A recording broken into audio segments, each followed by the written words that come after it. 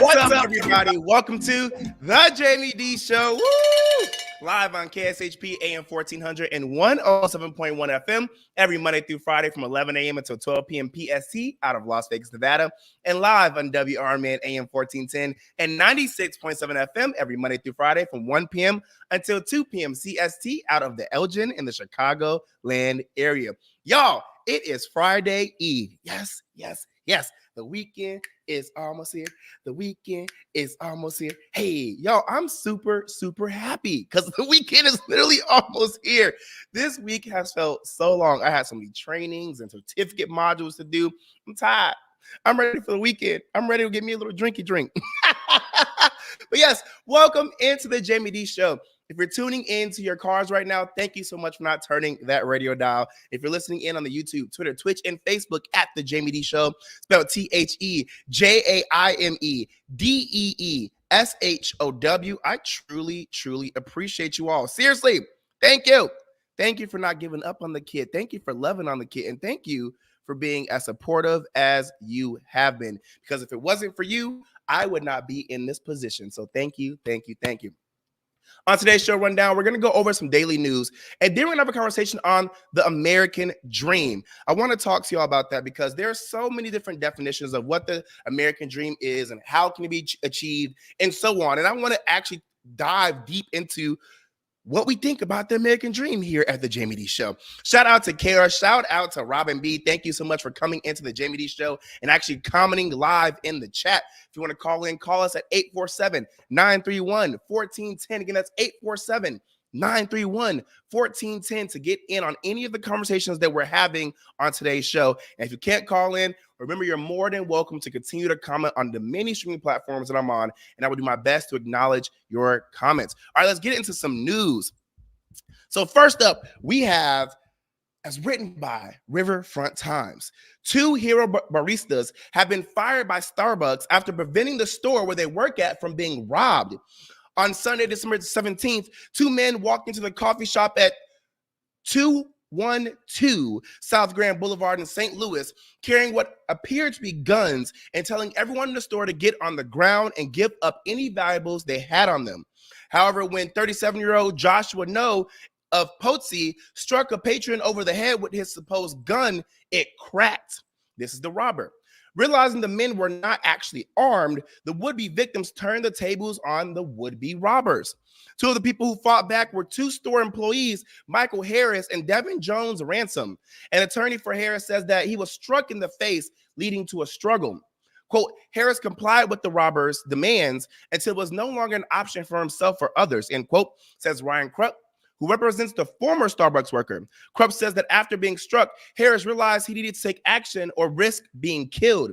Harris, Jones, Ransom, and other patrons fought back, eventually managing to subdue No until police arrived. No's alleged accomplice, Marquise Portadole, 35 of St. Louis, fled the store but was later apprehended. In his booking photo, No indeed looked pretty banged up, with a bloody bump on his head and a dazed expression on his face.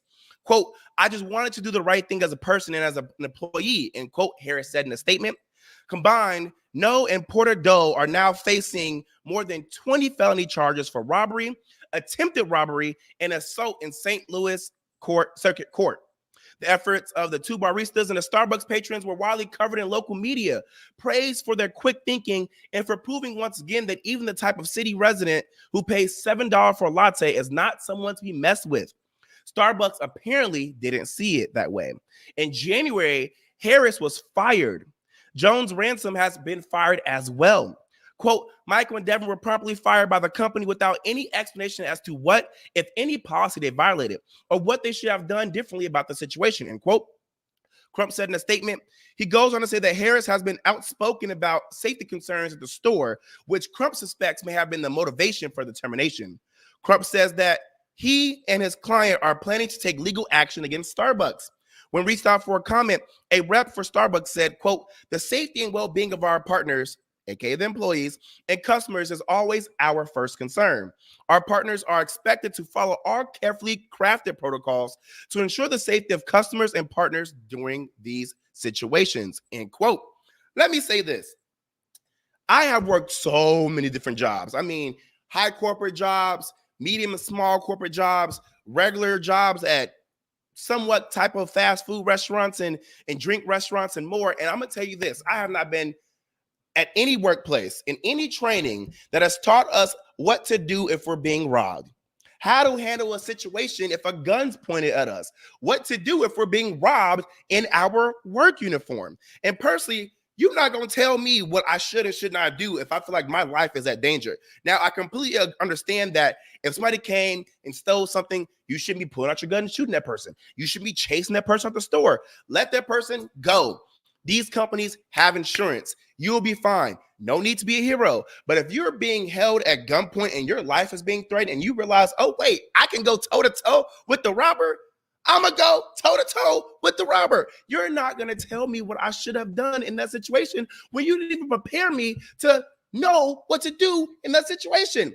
No, I completely hope that these two individuals who were fired from Starbucks get every penny they deserve. Not only were they working at Starbucks for a low pay, but they were also working in a space that they felt that was not safe, and they expressed those safety concerns more than once. On top of that, after expressing those safety concerns, there was a safety issue. They got robbed. And not only did they get robbed, well, almost robbed, they were, quote unquote, held at gunpoint. And my thing is, if you've never been held at gunpoint, you don't know how terrifying that feeling is. So for somebody to feel like their life is literally about to be in danger, you don't know if these robbers are going to just come in, tear you to get on the ground and just leave. Some people are unhinged. They might shoot up the whole place before they leave. Some people don't even really come to rob the place. They just do that out of practice and still kill everybody. So you can't sit here and tell me that I can't protect myself. Child, I ain't doing it for Starbucks. I'm doing it for me. And now you're telling me not only did I have to deal with such a horrible situation that I'm going to have trauma for a very long time, you also fired me? Absolutely not. Give these two young men their coins. Starbucks, you are in trouble, and I hope that they get everything they're coming for from you, period. That's how I feel. Because how dare you fire these people after they've been through such a hard situation? It ain't like they planned the crap. It ain't like they said, oh, yeah, what was me? They got up and protected not only themselves, but your stupid store. Oh, this made me mad. Anyway, y'all, we're going to take a quick break. When we come back, we're going to have some more daily news. So don't go anywhere. This is the Jaime Dee Show, live on KSHP out of Las Vegas and live on WRMN out of the Elgin and the Chicagoland area. I'll be right back.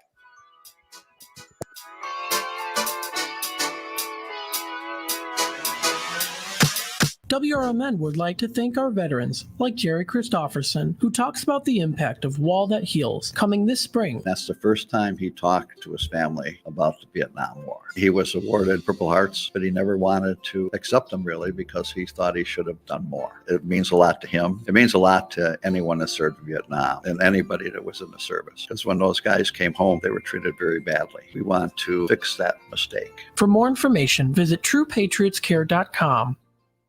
Weekday mornings on the First Shift Show, we talk about community issues, like whether or not we should remove the dams right here along the Fox River. You've got Elgin has a huge issue with infrastructure, with the drinking water. St. Charles has buildings built on the river with big concrete abutments. It's going to be an astronomical amount of money. Yeah. And I believe the prevailing sentiment at the board meeting the other night was, we are so far away from this ever becoming reality. It's the First Shift, weekday mornings from 6 to 10 a.m., right here on WRMN. A dream that's been cooking for years, Maria's Little Italy in Sycamore is waiting for you to come and enjoy authentic recipes handed down for generations. Stop in and enjoy bruschetta, handmade focaccia bread, pizza, pasta, sandwiches, and more. Dine in, take out, delivery, or catering is all available. Go to mariaslittle.italy.com and see what you've been missing. From their family to yours, welcome to Maria's Little Italy, where food brings families together. In the middle of the night, everything will be all right if you listen to Coast, right here on WRMN 7 days a week from midnight to 5 a.m. Each night on Coast to Coast, listeners are captivated by George Newry with discussions on news and current events, conspiracy theories, UFOs, life after death, and all things curious and unexplained. Whether you're working third shift or you're just a night owl, catch the most listened to overnight talk radio program in North America, Coast to Coast, every night, midnight to 5 a.m. right here on WRMN AM 1410 and 96.7 FM.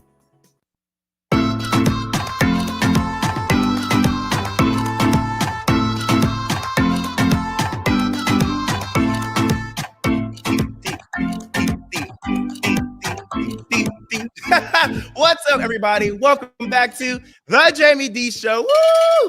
Live on KSHP AM 1400 and 107.1 FM every Monday through Friday from 11 a.m. until 12 p.m. PST out of Las Vegas, Nevada, and live on WRMN AM 1410 and 96.7 FM every Monday through Friday from 1 p.m. until 2 p.m. CST out of the Elgin and the Chicagoland area. We're also live on YouTube, Twitter, Twitch, and Facebook at The Jaime Dee Show, spelled TheJaimedEeshow, a real live radio show. Yes. Welcome back, everybody. For just now tuning in, we're still going over some daily news, and I want to say this again. I appreciate you all for not turning that radio dial and continuing to listen in. For those who are live on the YouTube, Twitter, Twitch, and Facebook right now commenting, I really, really appreciate you. Kara and Robin B say they agree with me. They feel like those Starbucks guys deserve every penny. They almost got really robbed. Jeez. All right. As posted by the Neighborhood Talk, 215 bodies were discovered buried in unmarked graves behind a Mississippi jail. According to Fox 26, families of the deceased were just informed this past December. Per the report, some of the graves were only identified by a number of metal rods. What's crazy is Per the report, some of the graves were only identified by a number or metal rod. What's crazy is that none of this would have been discovered if it wasn't for the investigation into Dexter Wade's death in March of 2023. We previously reported that he was struck by a police officer, and despite having identification on him, a detective only called his family once before taking no further action. Wade was buried without their knowledge. Activist Arthur Silky Slim Reed, working alongside attorney Ben Crump, says the bodies, quote, were placed in shallow graves without embalming, leading to a disturbing stench that attracted scavengers, end quote. The families thought their loved ones were missing. It has been reported that it isn't a race issue because both white and black individuals were buried in the same manner. The families affected are demanding justice. Listen to this news report. In Mississippi, Jackson, Mississippi, to be exact. It's been revealed 215 bodies were buried in unmarked graves behind a state jail in Jackson, of course. Attorney Ben Crump is now calling for an investigation. Families of the dead reportedly had no idea until last month. Some of them, those grave sites were only labeled by a number and a metal rod. Joining us to talk about it, activist Arthur Silky Slim Reed, who also works with Ben Crump. So, Arthur, this started with Dexter Wade's case back in March, right? He was an individual who was hit by a police officer, and his family thought he was simply missing, but he was dead and buried, and no one notified them. Well, the thing about it is that he had identification on him, Isaiah, and the medical examiner gave it to the lead detective, who said he called, didn't get an answer, and they didn't worry about doing anything else. What we're finding, Isaiah, is that Mississippi is Mississippi. It's an ugly Mississippi. And this is sad because now we have 6 other individuals that has been put into this same grave. And if you look at the video from when we first went to that site, buzzards were flying overhead. And we were trying to figure out, why are the buzzards flying overhead? But it's because they're putting them in shallow graves, and the only thing that they're putting them in is a body bag without embalming the bodies. So the stench from the bodies are drawing buzzards there. It's so inhumane for anybody. Wow. Talk about insane. I'm glad to know this isn't a race issue, but darn, do you guys really not care about people even after they pass? Y'all just out here putting people in bags and just throwing them places, burying them places, not even letting families know that their deceased loved ones are deceased and being buried. Jeez. Oh my gosh. Nothing seems to amaze me. And now that I'm in a position where I have to see more news, talk about more news, and understand more news, you just start to realize the world is crazy. People are crazy. Oh my gosh.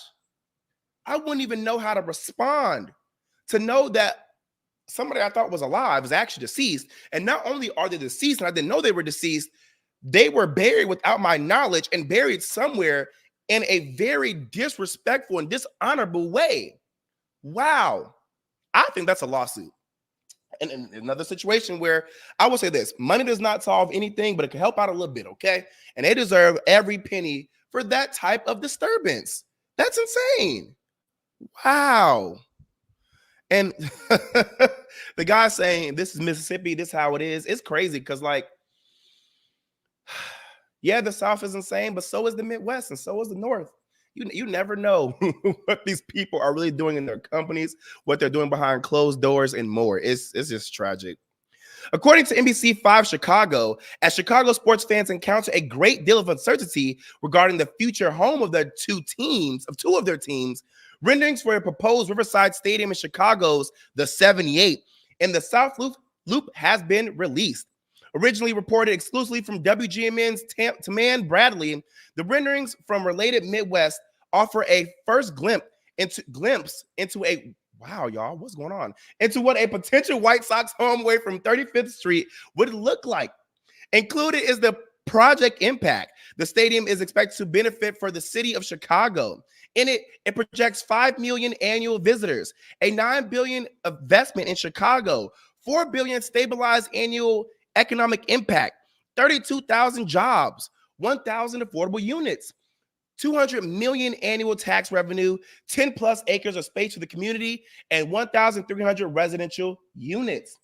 The park will be located in the 78, an area located in Chicago's South Loop with a name paying homage to the city's 77 official community areas, with the development serving as the city's unofficial 78th neighborhood. A report from the Chicago Sun-Times last month stated that the Chicago White Sox are considering constructing a new stadium on the plot of land, with the move taking place after the team's lease at Guaranteed Rate Field expires following the 2029 season. The Related Midwest does not own the land at the team's current home at 35th and Shields. The group did release conceptual renderings of the area. Quote, understanding there would be a robust community process to determine the best use for this land, end quote. A move to the 78 will see the White Sox leave their longtime neighborhood for the first time, moving the club to a plot of land in the South Loop, bordered by Roosevelt Road on the north and the Chicago River to the west, Clark Street to the east, and train tracks near Ping Tom Park to the south. Wells Street would run through the planned development. The area would feature considerable public transit access, with 3 CTA lines stopping right at Roosevelt and State Street, just a couple of blocks east from the property, the red, green, and orange lines. Several bus lines also provide close access to the area: the 3, 4, 12, 18, 24, 29, 62, 130, 146, and 157th or 157th line. For fans who want to ride a ride down the river, there's also a water taxi stop at Ping Tom Park. So there's a new development coming to Chicago. You might see the White Sox Arena Stadium there in 2029. And from the renderings, it looks like a pretty awesome place. I mean, it's 2024. That's in 5 years, pretty much around the corner as it pertains to years. So, hey, we'll see how that turns out. The Neighborhood Talk posted that a young woman in D.C. went viral for helping a homeless man who randomly asked her for tea on the street. The inspiring video led to a GoFundMe being created and over $400,000 being raised for the man. Well, now it's being revealed that that man, Alonzo Douglas Herban, is actually a convicted felon and a serial abuser. According to Fox 5 DC, a woman who decided to keep her name private says Alonzo attacked her at Founder United Methodist Church back in June of 2020 while they were both homeless. In a graphic video, Alonzo can be seen putting a scarf over the woman's head and repeatedly punching her in the face. The woman says she suffered 2 black eyes and woke up not knowing why she was attacked. The woman says Alonzo is known for being a dangerous person in the homeless community. So when she saw the viral video, she was immediately triggered. Quote, I'm speechless, end quote. She said, quote, I don't understand how a human being can act like this. He's a sociopath.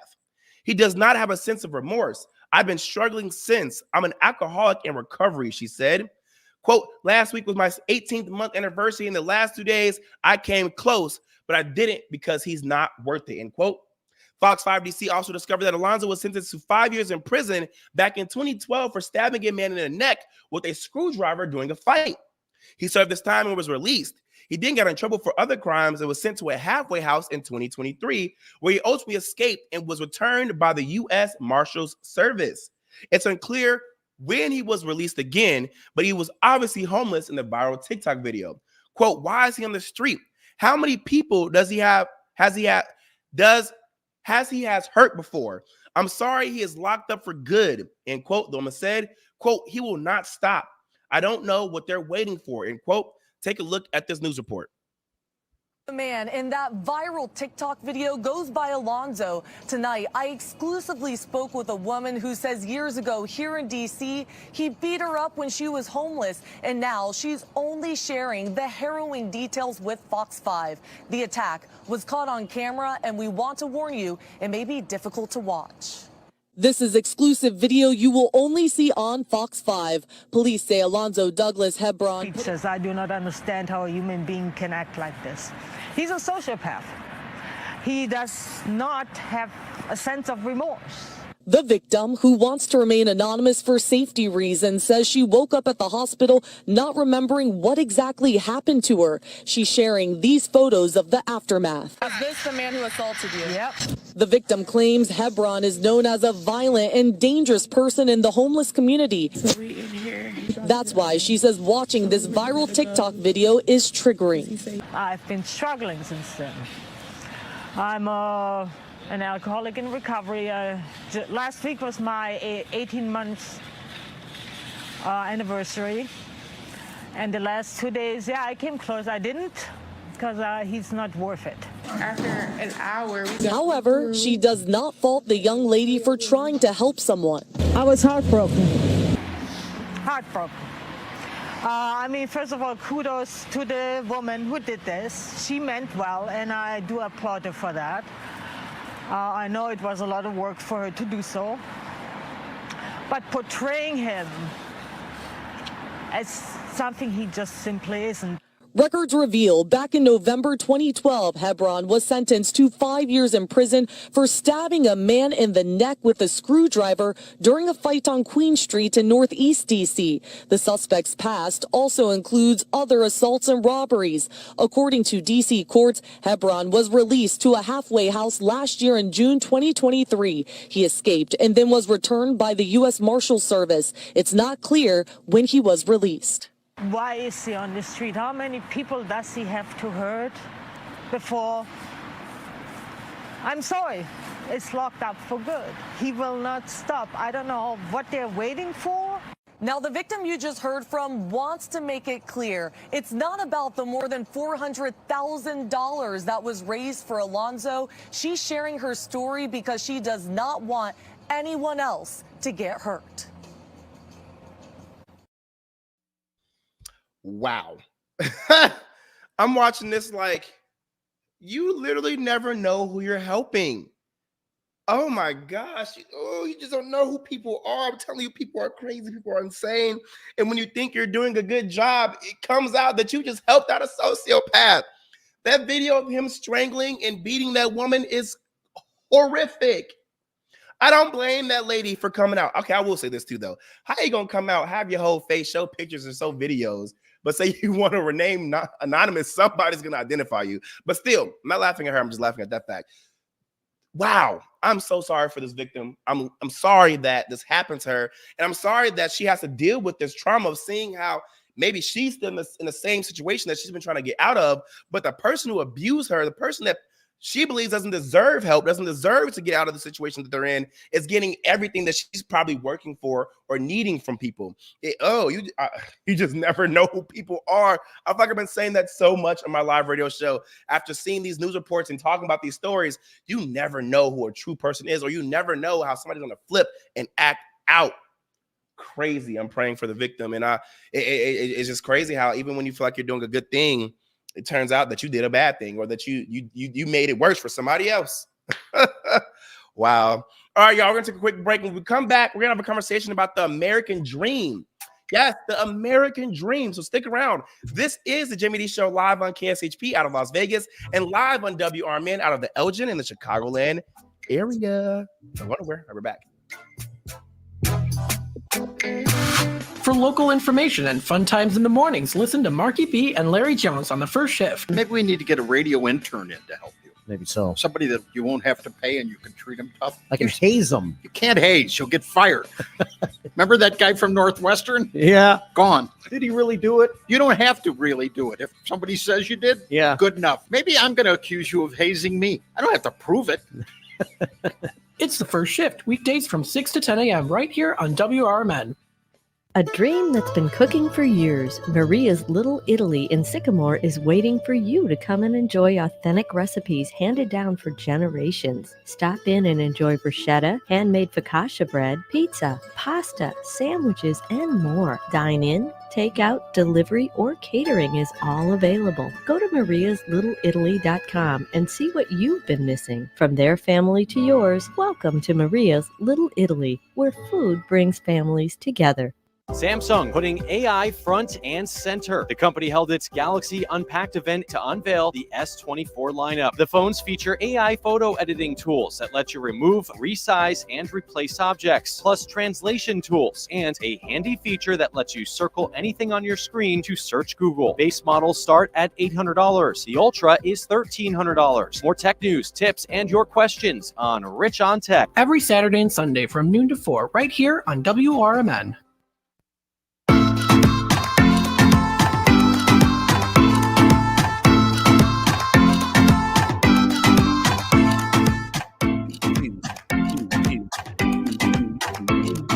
What's up, everybody? Welcome back to the Jaime Dee Show. Woo! Live on KSHP AM 1400 and 107.1 FM every Monday through Friday from 11 a.m. until 12 p.m. PST. And that's live out of Las Vegas. We're also live on WRMN AM 1410 and 96.7 FM every Monday through Friday from 1 p.m. until 2 p.m. CST. And that's live out of the Elgin and Chicagoland area. Oh, yeah. Welcome, welcome, welcome. Hey, if you're just now tuning in, we went over some daily news, and now we're going to have a conversation about the American dream. And I'm going to be honest with y'all. I absolutely hate the idea and concept of the American dream. And I know I'm going to get some pushback for that, but I said what I said.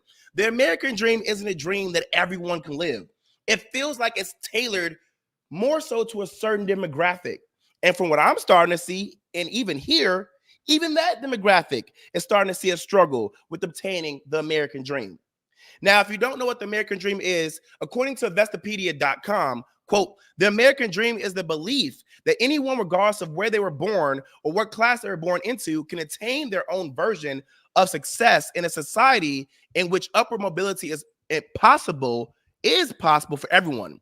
The American dream is believed to be achieved through sacrifice, risk-taking, hard work, and hard work rather than by chance, end quote. The reason I don't care for the concept of the American dream is because I feel like the American dream is dying or is honestly already dead.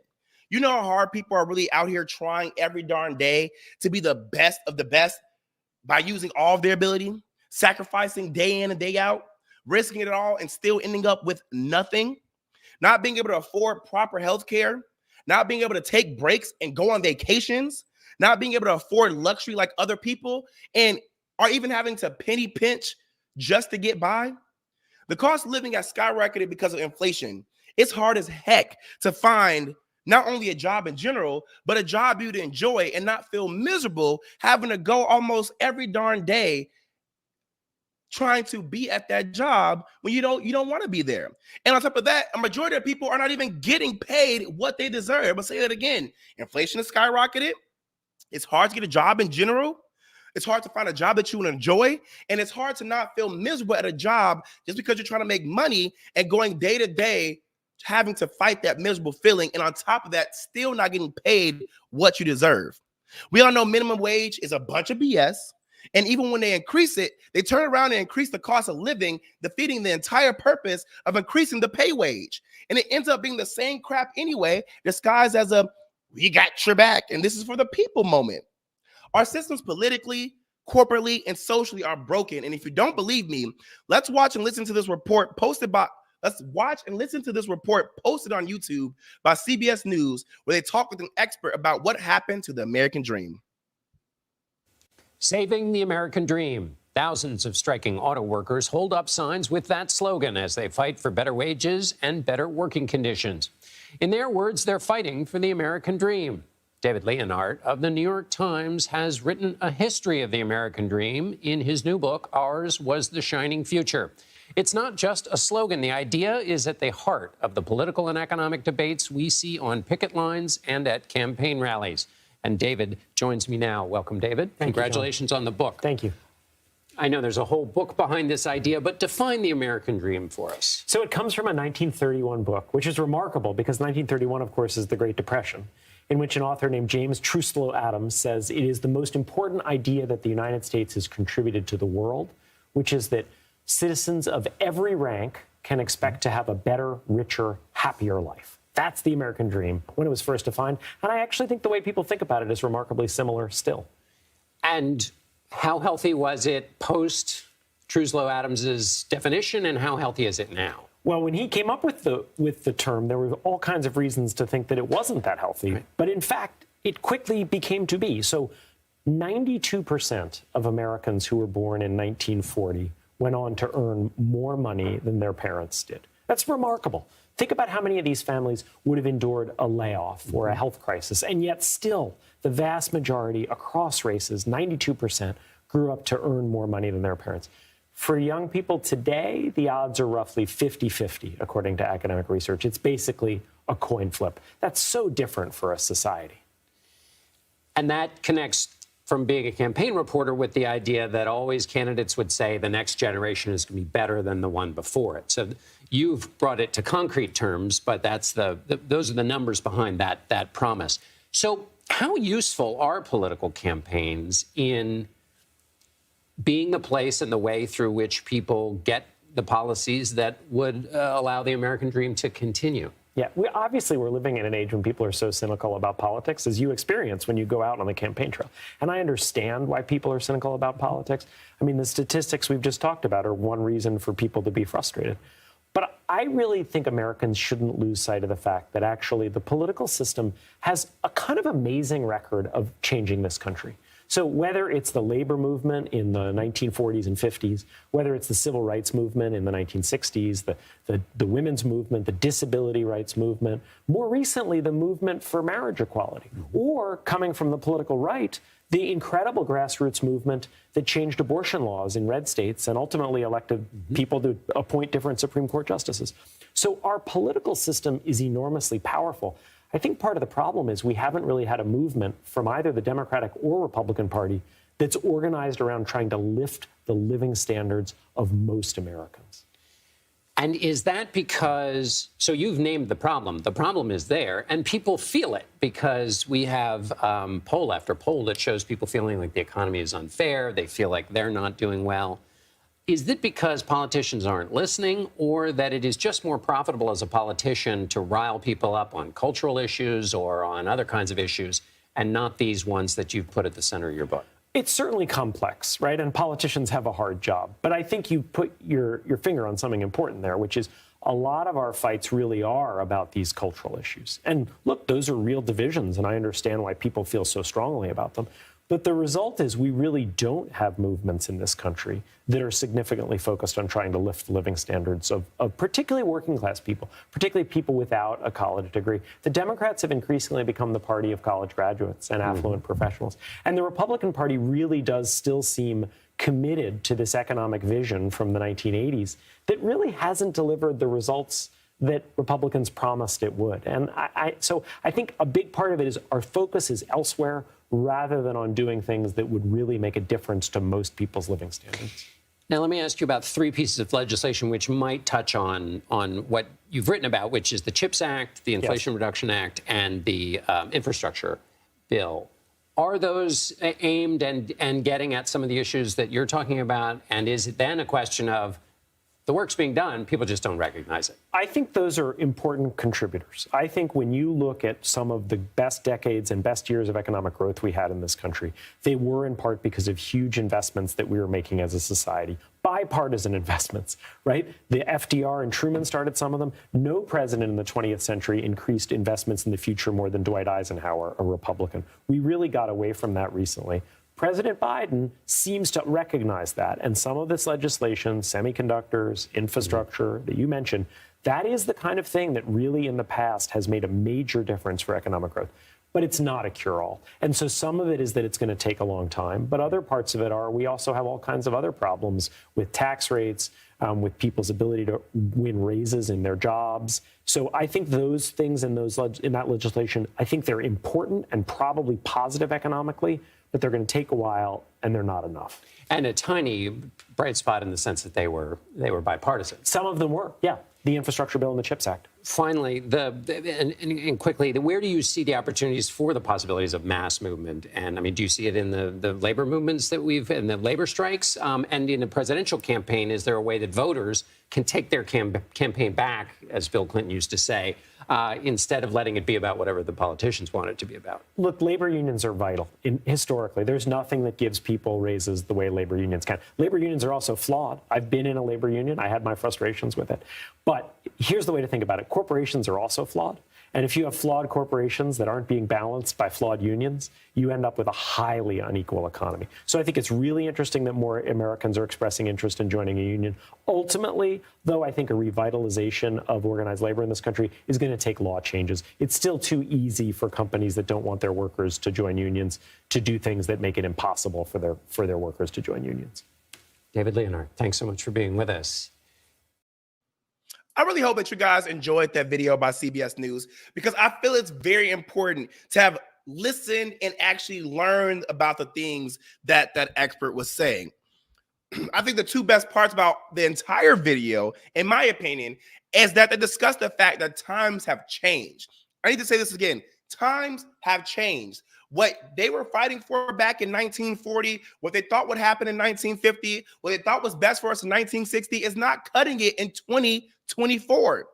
And on top of that, we don't have movements done by people in politics that address and try to solve the living standards of not only just working class individuals, but all Americans. And that is why I feel like the American dream is a bunch of BS today. Because while I think it's an amazing concept that if it was done right would be beautiful, it's a concept right now that is flawed, that is not working for us. And it was made for a specific demographic back in the day, not realizing how life would change all these years later. We are seeing time and time again that politicians are not listening to the general public. And they're not caring about trying to actually help us, but they care more about trying to rile up people on cultural issues versus solving the true problems that we're facing in this country. And it's sad. It's sad. On top of that, they're not even doing a good job of explaining to the general public what the real issues are and what they're trying to make become issues. We don't even know what the heck they're fighting about most of the times. I just want better for us, because we as people can't even wake up and truly make a difference in our lives. Y'all want to take a quick break. When we come back, we're going to have some more conversation about the American dream. So don't go anywhere. This is the Jaime Dee Show, live on KSHP out of Las Vegas and live on WRMN out of the Elgin and the Chicagoland area. I'll be right back. Samsung putting AI front and center. The company held its Galaxy Unpacked event to unveil the S24 lineup. The phones feature AI photo editing tools that let you remove, resize, and replace objects, plus translation tools, and a handy feature that lets you circle anything on your screen to search Google. Base models start at $800. The Ultra is $1,300. More tech news, tips, and your questions on Rich on Tech. Every Saturday and Sunday from noon to 4, right here on WRMN.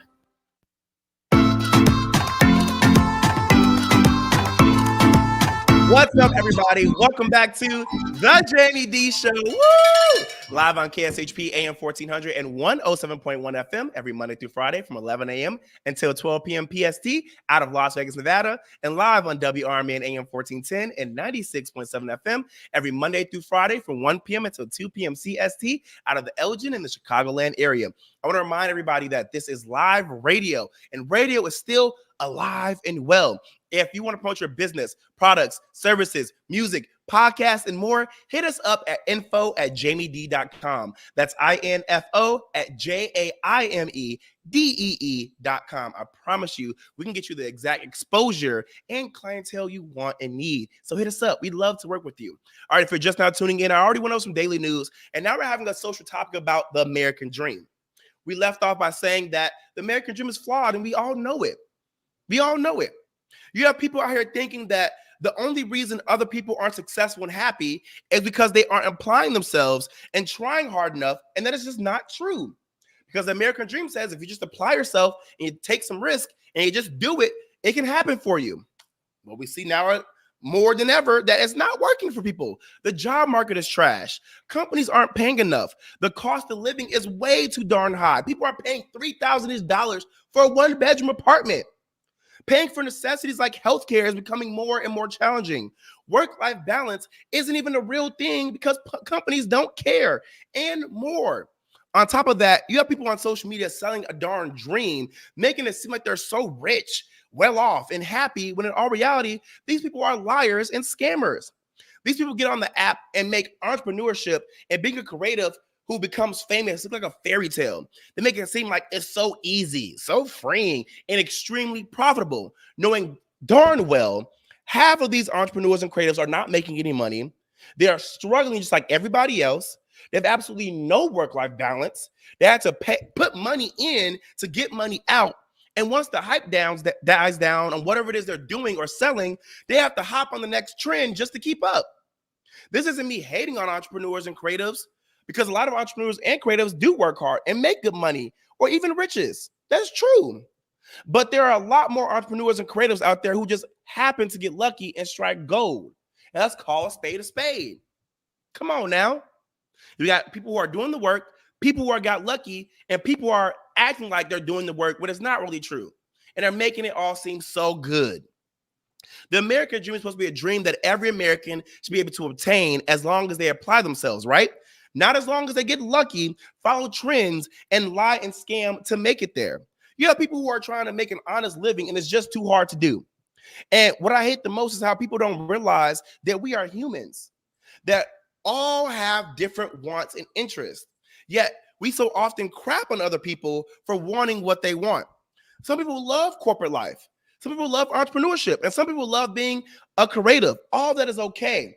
Get it how you can and be good at what you do. But that's not okay. But what's not okay is how hard our society makes it for honest people to make an honest living and enjoy what they do. I saw this girl on Instagram a few days ago crying about why she was crying because she got to a point in life where she had to humble herself and go business to business, passing out a physical resume. And she was doing this so she could get a job. Her name is Lahani Santos, and I want you to hear what she had to say. Take a listen. This is the most humbled I've ever felt in my life. I'm literally holding resumes, a stack of them, so that I can go in person to places and say, are you guys hiring? It's honestly a little bit embarrassing because I'm literally applying for like minimum wage jobs, and some of them are being like, we're not hiring, and it's like, what? This is not what I expected. I graduated college with 2 degrees in communications and acting. I speak 3 languages. Oh, this sucks. Like, I just want to be a TikToker, if I'm being so for real with you. But I can't be delusional anymore. Like, I literally need to make money. So I'm just gonna keep trying. Look, call her crybaby, call her lame, call her whatever it is you want to call her. But this is a reality for a lot more people than you think it is. People are out there thinking that they can't even get regular jobs anymore and that they have to be a TikToker. And there's people out here who don't even want to even look at regular jobs because TikTokers seems like they're doing so many amazing things versus those who are living regular lives. And so they just want to be a TikToker. I mean, there are 2 different sides. Those, like I said, who want a regular job but can't find it and feel like, geez, I might as well just be a TikToker. And those who, again, won't even look at regular jobs and go to being TikTokers because TikTokers crap on regular jobs and make it seem like it's so easy to be a TikToker. I had to explain that twice for y'all to truly get it. This is the world we are living in. And I actually want to take a step back to read some of these comments on YouTube. Naturally Radiant says, their American dream was never ours in the first place. It's an ideal for immigrants who come to America for what their version of the American dream is. But I digress. Robin B says, my idea of the American dream isn't material or financial, but I know it is for a lot of people. Naturally Radiant says, might I add, since it is Black History Month, that dream was never for Black people either. Robin B says, very true to Naturally Radiant. She also says, heavy on the scamming. People are out here scamming and lying and making it seem like what they're doing is actually real. And that's how I feel. You don't know what brings people to have to search for work. Sometimes they need extra money because of new bills. Sometimes they fall on hard times. Sometimes they have to take care of others. And sometimes they're just now entering the workforce trying to make it. I know we look at people like her, the girl who was crying on that video, and say, oh my God, suck it up. You're such a crybaby. It's not that hard or that serious, when in all reality, it is that hard. It is that serious. And we've all been in that same situation of fear, sadness, and frustration trying to find and secure a job. We may have just not posted ourselves crying, but crying to yourself, complaining to your friends and family, getting frustrated or angry, and whatever other emotion you express is the same darn thing that this woman was doing in her video. We just aren't judging ourselves as harshly as we're judging her because, well, what she is doing is different than what I did, when in all reality, it's not. It's hard out here for everybody. It doesn't even feel like companies are hiring for real. It just feels like companies are posting jobs online just because.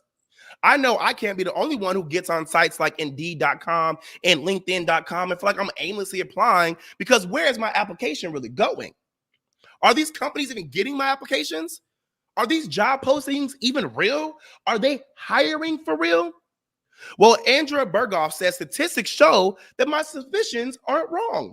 A lot of these companies aren't hiring, and these job postings are fake job postings. Here's what you have to say on the matter. Why are all of these places hiring, but like won't hire? Well over 3,000 jobs. That is the lowball estimate of how many jobs in total I've applied to since I graduated college in the winter of 2021. Statistically, job openings on the market are at an all-time high. Why does it feel like it's absolutely impossible to get a job right now? Well, I'm about to tell you why. In fact, it's so hard for Gen Z and millennials to get a job nowadays that even when I did finally get a job, after like 8-9 months of applying, I continued to apply to jobs because I knew that's literally how hard it is to get a job. That if something happened at that job, it could be another 2 or 3 years before I found another one. In fact, I got laid off this week from one of my 3 current jobs for budgeting reasons, and I haven't even bothered to start the applying process again because it just feels so pointless. And people like this who are selling coaching services might try and convince you that your approach is the issue. Unfortunately, it usually has nothing to do with you, which makes you feel even more helpless. Like when I finally managed to find jobs that were actually doing interviews, I would make it to the end round of candidates for those interviews. But the issue is right in front of you. When you open up your LinkedIn and you look at all your job applications, what do you see right away? Only one of them says that it was even viewed. And most of them just all go completely unviewed and untouched. And that's because most of these jobs aren't actually real. And I can confirm this now as someone who worked within a company and whose friend worked within a very large company we'll call saline forces. One day I noticed they had hundreds and hundreds of jobs listed on LinkedIn, and I was like, oh, I should apply and come work with you. It would be fun. And he said, none of those jobs are probably real. We just keep posting the same jobs over and over again, and most of them aren't even real, so that it looks like we're constantly growing and doing well. And most companies do this. Even one of the companies I worked for did this. They're referred to as ghost jobs, but there's no way of knowing at first glance which ones are real and which ones are fake, so they all go into counting to these numbers. That allegedly the job market has 1.4 positions posted for every person looking. Let me tell you, what she's saying is not true. Like I told you, I've worked at so many different type of jobs: regular jobs, creative jobs, media jobs, entertainment jobs, food service jobs, corporate jobs, you name it. I've worked at all of them so far. And I can tell you, she's not lying. Especially in my industry, in the media and in the entertainment industry, a lot of these jobs be fake. They don't be looking for people, and they be posting stuff knowing that they already hired somebody and knowing that they're going to hire a celebrity or somebody with some following anyway, and not give a person like me a real chance. And like I said, to know what Andrea is saying is true is insane to me.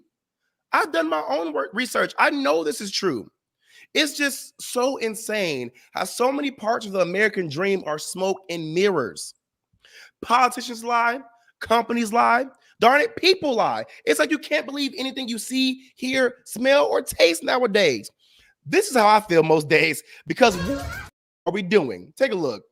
It was all a lie. Guys, it was all a lie. She lied. That's how I feel.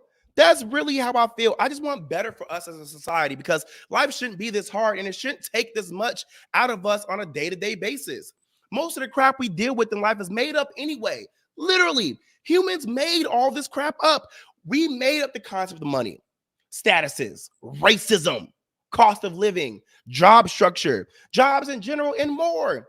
Like, how do we make all this crap up and then make it hard for ourselves to even enjoy the crap that we made up? It doesn't even make sense to me. Then we get mad at people for not wanting to indulge in the crap we made up. Like, the stuff we made up was supposed to be of interest to everyone. It was supposed to apply for everyone. I laugh when I think about how judgmental people get when I talk to them about the career interests I do and don't have. Like, what I'm doing isn't me actually working and doing something. Like what I'm doing isn't good enough. Like what I do is not normal. Like entertaining people on a day-to-day basis and the preparation and work that goes behind this isn't doing anything, isn't enough, isn't hard. Like I don't struggle with my job. Like I just wake up, come into work and just speak. Like everything is done for me. And that's crazy to me. I definitely understand that there are jobs out there that are more important to others, but all jobs serve some type of purpose. And that's the point that we forget, that we are all fulfilling a purpose or a need in our communities when we work at our job. And that's more important than anything. So let people try to figure out their American dream and actually help those people without judging them. And remember, times have changed. It's not easy. And just because you did it doesn't mean the next person was able to do it too, or can do it, or isn't trying to do it. Woo, I swear people get on my nerves. I want to remind you guys that I will be at the TGI Fridays in Schaumburg, Illinois tonight from 7:30 p.m. until 9:30 p.m. hosting my Turnt Trivia Night. Again, the TGI Fridays in Schaumburg, Illinois from 7:30 p.m. until 9:30 p.m. hosting my Turnt Trivia Night. I want you guys to come out because Turnt Trivia is lit. It really is. And there's always going to be new trivia every week, new questions, and there are prizes that pay for your food and drinks. It's free to attend and it's free to win these prizes. The address is 1695 East Gulf Road, Schaumburg, Illinois, 60173. Again, that's 1695 East Gulf Road, Schaumburg, Illinois, 60173. If you want to come play some Turnt Trivia with me, Jaime Dee, come on out. 7:30 to 9:30 p.m. Like I said, it's free to participate. As well, thank you guys so much for tuning into the Jaime Dee Show. I really appreciate you all. Remember, if you want to live the American dream, help each other out. All right? And shoot, help me out by hitting me up at info@jaimedee.com to promote your business, products, services, music, podcasts, and more. I'm trying to live this American dream, all right? All right, I love y'all. This has been the Jaime Dee Show live on KSHP out of Las Vegas and live on WRMN out of the Elgin and the Chicagoland area. I love y'all, and I'll see y'all tomorrow. Peace out.